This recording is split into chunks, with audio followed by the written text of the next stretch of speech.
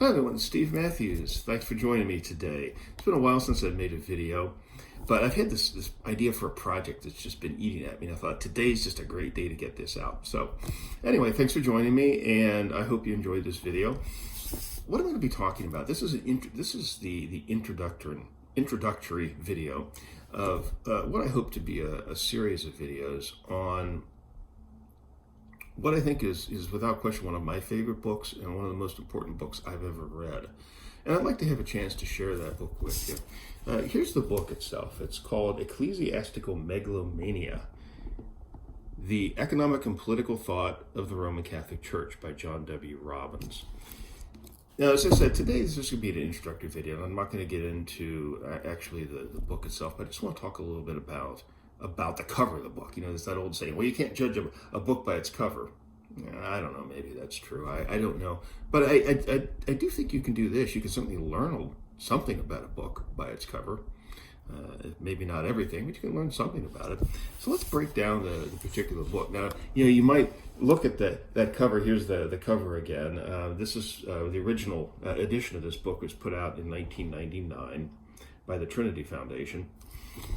And you might think that title's a little bit odd. Ecclesiastical Megalomania. Now, you say, Steve, how could you possibly like a book with a title Ecclesiastical Megalomania? That's just kind of odd language, right? I mean, you don't go around and use the word ecclesiastical or megalomania in your everyday speech. You probably don't text that to your friends. But let's talk about those words and maybe a little bit about why the book is titled that. Now, the term ecclesiastical, you may be familiar with that, but if you're not familiar with that word, it's built on the Greek word that's translated in the New Testament as church. The Greek word is ekklesia. And the ecclesiastical is simply taking that noun and turning it into an adjective. So ecclesiastical simply means of or related to a church. That's the basic meaning of that word. Now, the other word in the title is megalomania. That also is a Greek. It has Greek roots to it as well. And you might be able to see that. For instance, mega, we use the term mega. It means big. Well, it means the same thing in Greek. I mean, that's where that comes from. It comes from the Greek. And then you have over here, you have mania, which is also a Greek word. And interestingly, it means the same thing in Greek as it does in English. You know, we talk about a mania. It's a sort of a madness, right? Okay. So megalomania is sort of a great big madness, if you will. I guess that's one way of translating it. Or if you wanted to be maybe a little bit more artful, megalomania is a delusion of grandeur. In fact, it used to be a medical diagnosis. I believe the psychiatrist used to diagnose people with megalomania. Somebody had this delusion of grandeur, that, I'm king of the world or something like that. And, people like that, they think they're much more impressive in status or ability or what have you than maybe what they actually are. They're puffed up. They have a higher view of themselves maybe than what they ought to have, and it was called megalomania. Interestingly enough, in this article that I found, and it was in Wikipedia, they said that the psychiatrists don't use that term anymore. They don't diagnose people with megalomania.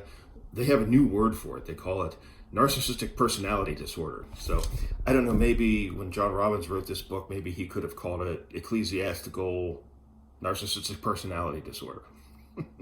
I don't know. Maybe I kind of like ecclesiastical megalomania. I think it's a little. It kind of rolls off the tongue a little nicer. So that's the title. And so we have these two words. We have ecclesiastical and megalomania, and what this is it's delusions of grandeur of or relating to a church. And of course, as the context of this title makes clear, the subtitle certainly makes it clear. He's talking here about the Roman Catholic Church. And you can even see, for instance, here, again, this is the original cover. Now, the newer editions have a slightly different cover on it.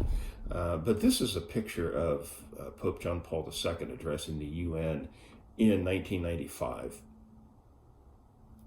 And the subtitle of this is The Economic and Political Thought of the Roman Catholic Church. That's the subtitle of the book.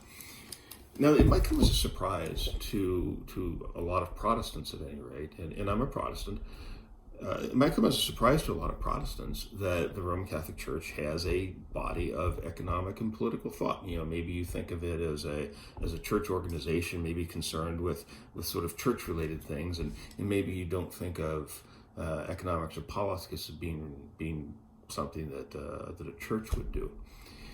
But the Roman Catholic Church, not only do they have a developed body of thought on those subjects, economics and politics, they have an extraordinarily well-developed body of thought on economics and politics.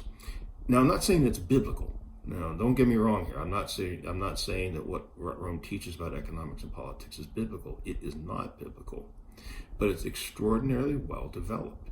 It's been built up over many centuries, especially over the last, I'd say roughly 130 years. There's been tremendous development within Rome.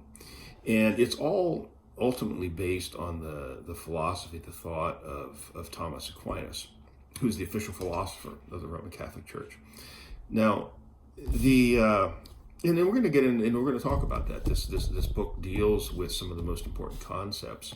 It's a critique. It explains them, but it also critiques them. John W. Robbins, as you may know, he was the late president of the Trinity Foundation. He was a prolific writer and did a lot of speaking and lectures.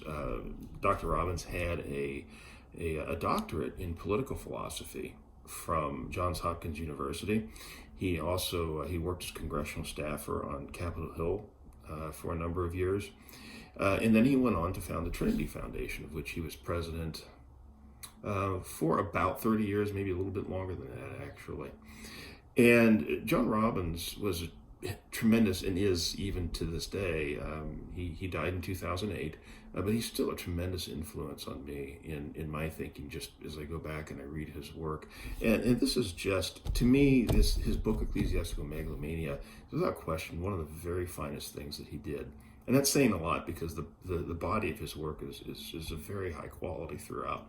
But I think this is really just a wonderful book, because it teaches you, it shows you very clearly what Rome teaches and compares that to the scriptures, what the Bible teaches about economics and politics. And the Bible teaches a lot about economics and politics. People don't realize that, unfortunately. Many Protestants today do not realize that.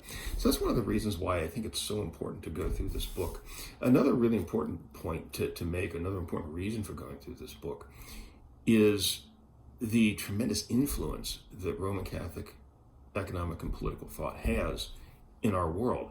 It's amazing how much there really is. And a lot of people, especially maybe Protestants, don't realize the degree to which Roman Catholic thought influences the government of our country. I'm speaking as an American. I live in the United States. But it's not just true in the United States. It's true in any country in the world where the Roman Catholic Church is present. And it's important to understand these concepts, because you're going to see them in your everyday life. And it's very possible, even if you're a Protestant, that maybe if you've never studied the political and economic thought of Rome, you may have absorbed some of these ideas yourself. It's very possible. There's that warning that Paul gives in, I don't know the exact chapter and verse, but he enjoins his readers not to be cheated by philosophy. And so a lot of Christians, a lot of believing Christians think, oh, well, I don't want to study philosophy because I don't want to be cheated by it. Well, I guarantee you, not studying philosophy is the easiest way there is to get cheated by it, because all of a sudden you start absorbing these ideas and you don't know where they come from. So I think as we go through this book, you may find that there are some things in there that Rome teaches. You might say, well, that's something that I've always thought. And if you catch yourself saying that, what I'd encourage you to do is to compare what you're thinking with the Bible. And I hope to be able to kind of draw out some of what the scripture says and compare that to what Rome says, and to show you that what Rome teaches in the areas of politics and economics is not biblical. So I think that's enough for today. Thanks very much for listening. I appreciate that. And Lord willing, we'll pick it up again next time.